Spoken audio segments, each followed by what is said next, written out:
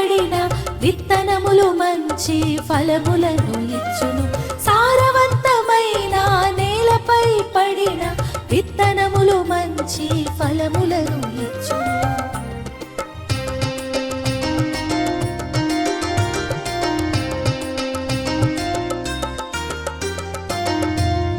నీవు కుండపోతగా వాన కురించి నేల దుక్కులు తడుపుదువు. మట్టి పెళ్ళలను కరిగించి చదును చేయుదువు. జల్లులతో మట్టిని నానింతువు. ఆ మట్టి నుండి మొలచిన మొలకలకు పెంపును ఒసగుదువు. సారవంతమైన నేలపై పడిన విత్తనములు మంచి ఫలములను ఇచ్చును.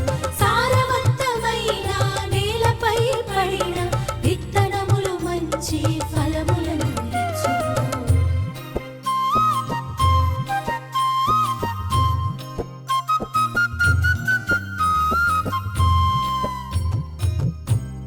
సంవత్సరమును సమృద్ధి అను కిరీటముతో అలంకరించితివి. నీవు నడచిన తావులందెల్ల సమృద్ధి నెలకొనును. సారవంతమైన నేలపై పడిన విత్తనములు మంచి ఫలములను ఇచ్చును.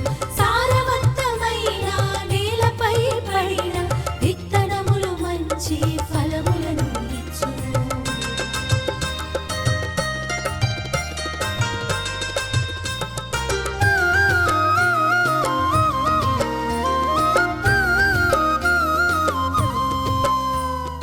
ఏడారి పొలములు పచ్చబడినవి. కొండ నేలలలో ఆనందము నెలకొనినది. పచ్చిక పట్టులలో గొర్రెల మందలు వస్త్రము కప్పినట్లుగా ఉన్నవి. లోయలలో గోధుమ పైరు కంబళ్ళు పరచినట్లుగా ఉన్నది. ఆ పొలములెల్లా ఆనందముతో పాటలు పాడుచున్నవి. సారవంతమైన నేలపై పడిన విత్తనములు మంచి ఫలములను ఇచ్చును. సారవంతమైన నేలపై పడిన విత్తనములు మంచి ఫలములను ఇచ్చును.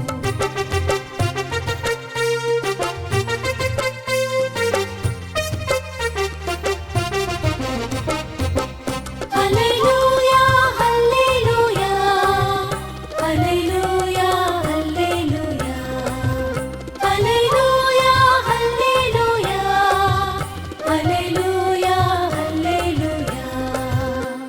దేవుని వాక్కు అను విత్తనమును వెదజల్లువాడు క్రీస్తు. ఎవరు ఈ విత్తనమును కనుగొనెదరో వారు నిత్య జీవమునందుదురు. హల్లెలూయా